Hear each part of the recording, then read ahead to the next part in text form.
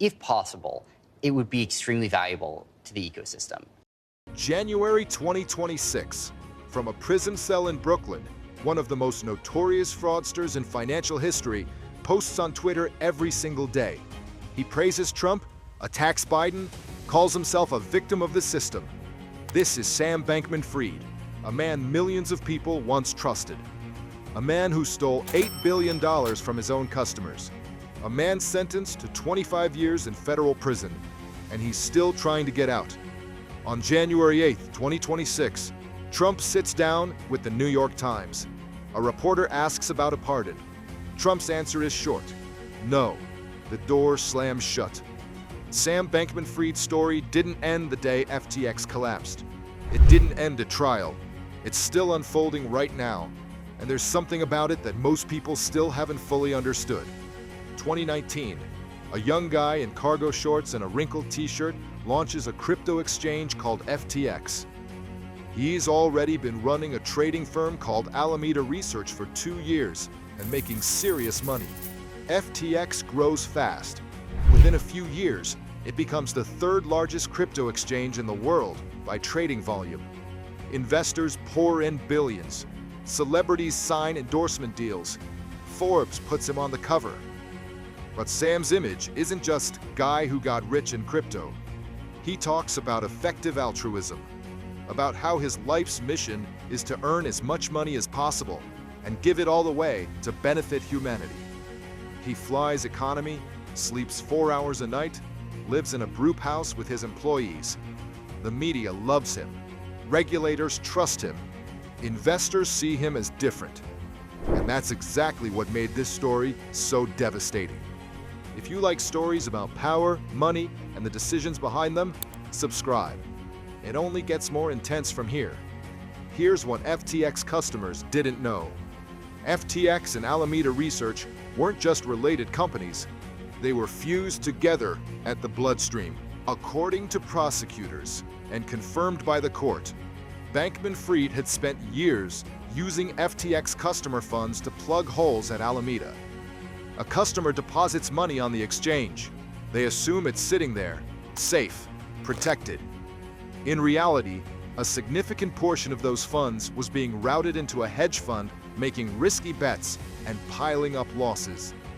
The SEC would later call the entire structure a house of cards.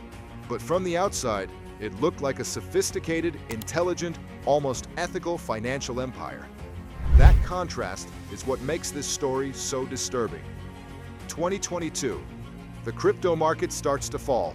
The holes at Alameda get too big to fill. On November 9th, 2022, a competitor publishes a single document. It contains data on FTX's balance sheet, and something in it looks off. Customers start pulling their money, slowly at first, then all at once. Within 48 hours, they try to withdraw $6 billion. FTX can't cover it. The exchange freezes withdrawals. On November 11th, 2022, FTX files for bankruptcy. Within hours, Bankman-Fried's net worth collapses from $26 billion to zero. Forbes and Bloomberg pull him from their billionaire lists overnight. But that's just the beginning. The new FTX leadership starts digging through the wreckage. And the deeper they go, the worse it looks.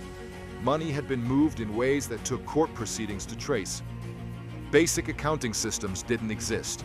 Hundreds of millions had simply vanished. And then his closest people start talking. 3 of his inner circle, including his ex-girlfriend and Alameda CEO Caroline Ellison, plead guilty and take the stand against him. Their message is the same. He knew. He directed it. He made the calls. On the stand, Bankman-Fried offers a different story. Bad management decisions. A risk management failure, not fraud. The jury doesn't believe a word of it. Guilty on all 7 counts. March 2024, 25 years. $11 billion in forfeiture ordered by the court. The judge notes it separately. No remorse. Testimony found not credible. From prison, Bankman-Fried launches a new campaign.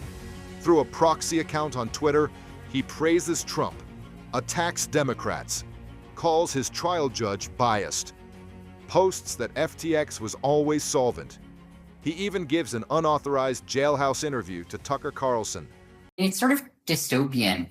You know, the fortunate thing, the place I'm in, I'm not in physical danger. Which reportedly lands him in solitary confinement. Meanwhile, his parents, both Stanford law professors, are quietly meeting with people in Trump's orbit. His legal team is working the appeal. The logic isn't hard to follow. Trump has already pardoned several crypto-adjacent figures. Ross Ulbricht, the Silk Road founder. The 3 BitNext co-founders in March 2025. Binance CEO Changpeng Zhao in October 2025. But those guys didn't steal directly from their customers. $8 billion isn't a regulatory violation. It isn't a crypto gray area. It's the money of real people who thought they were safe. On January 8, 2026, Trump answers a New York Times reporter with one word. On February 24th, a White House spokesperson makes it official. No pardon, not happening. He's now sharing a cell block with Sean Combs, posting about Truth Social and oil prices. His mother has filed a motion for a new trial. The appeal moves slowly. Outside, the crypto industry keeps growing. Bitcoin hits new records. Trump launches his own crypto ventures. The people who got pardoned are back in business. And the man who called himself the savior of a new financial system stays exactly where he is. $8 billion in customer money gone, and he still won't admit what he did wrong. Or maybe he knows and just won't say it. The question is, how many other saviors are out there right now, building the next FTX?